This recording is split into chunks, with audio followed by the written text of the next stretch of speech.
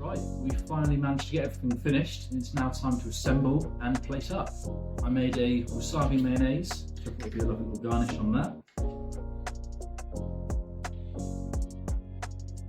Perfect. Next we've got our forager salad. A bit on the base. Good. Next we've got our chicken of the woods Asian style burger. A little bit more salad. Finish it off.